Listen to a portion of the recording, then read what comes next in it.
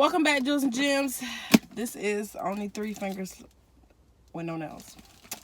No, this is where we're back with another installment of a James Patterson book. I just finished, literally less than 20 minutes ago, I just finished this book. This one is Second Chance, which is the second installment of the Women's Murder Club. I told you guys I'm going to be doing this little book series because I just love James Patterson. I love him. I know people be talking about him like, oh, he always has like ghost writers or accredited co-writers with him. Girl, so what? So what? The books still be hitting. So let's get right into this.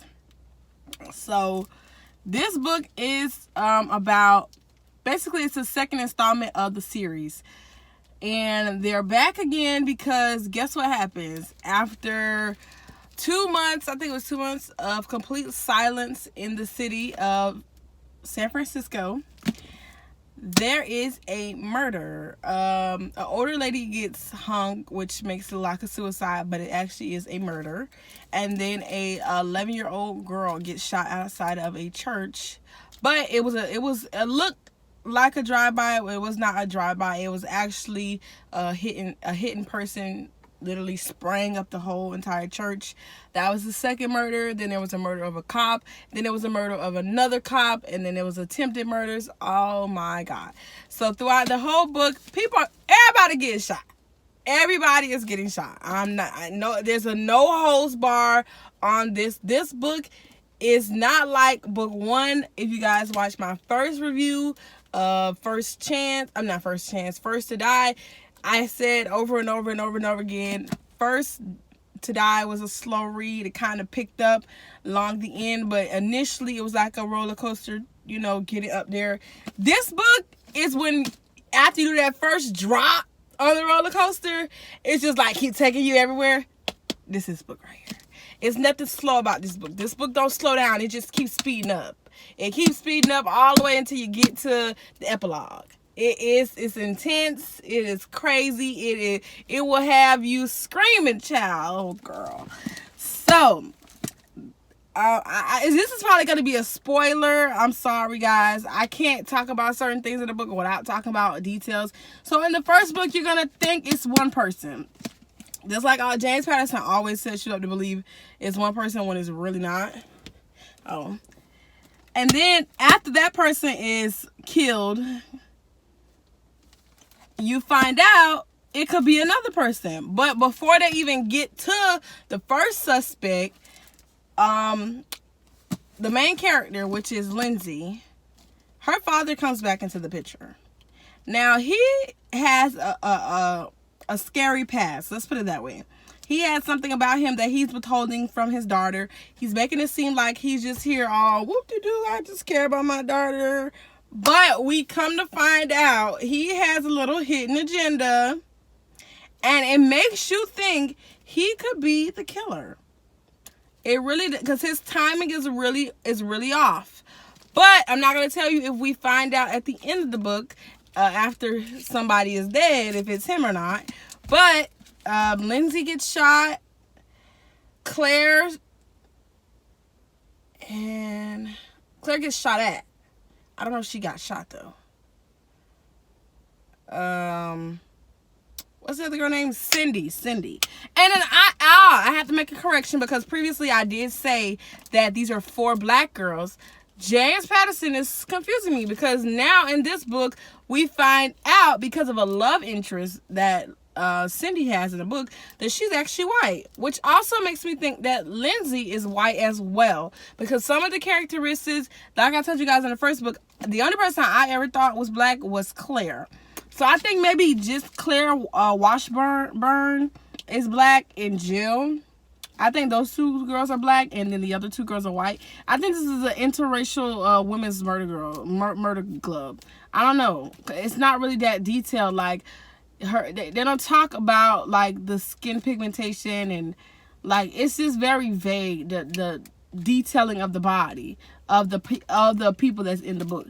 So I'm still kind of confused, like with these names, it's kind of like I'm getting very much, even with Claire. That's not even, the only Claire I know is Claire Hustable. Like, not really a black name. I would have Tasha, you know, Keisha, a good, not Sarah. Sarah's very, very whitewash. Something a little bit more ethnic would have gave me like a hint into, oh, these are black girls. But these names are so like race neutral that you don't really know, like, are they black or white? Like, it's so confusing. So everybody gets shot in this book. And then I don't know, I don't have a lot to say about this book. I thought I would have more. I just don't want to spoil it for you guys. This book is a little bit shorter than The First to Die. It only has like 120 chapters. First to Die had like 140, I believe. And Third Degree, that I'm about to read next, is actually shorter than both of these books. It only has 112 chapters. So I don't know. I'm loving this series. This series really gives me hope. Like, it's like watching Law and Order SVU.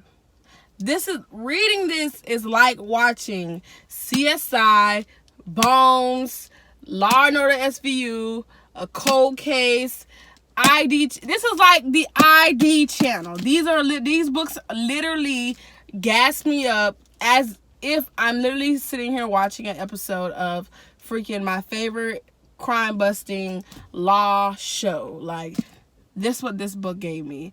All the dirty details of solving a crime in realistic time frames. None of this stuff was done overnight. This book, the way, although it doesn't sit up and say, oh, day 1 or week 2 or anything like that, you can tell this was happening over a long span time period, because he mentions daytime and nighttime, and then you hear a lot of in the morning, the next day, so you know that time is going over. This is not like they solved it in a week. This is not like it sounds like they solved it in a month. This book makes you feel like it took some time to find the true killer. It took some time to really find who did it and the person responsible. But if you do read this book, I would suggest, if you're starting with this book, don't start with this book. Go back to the first one. If any of his books have like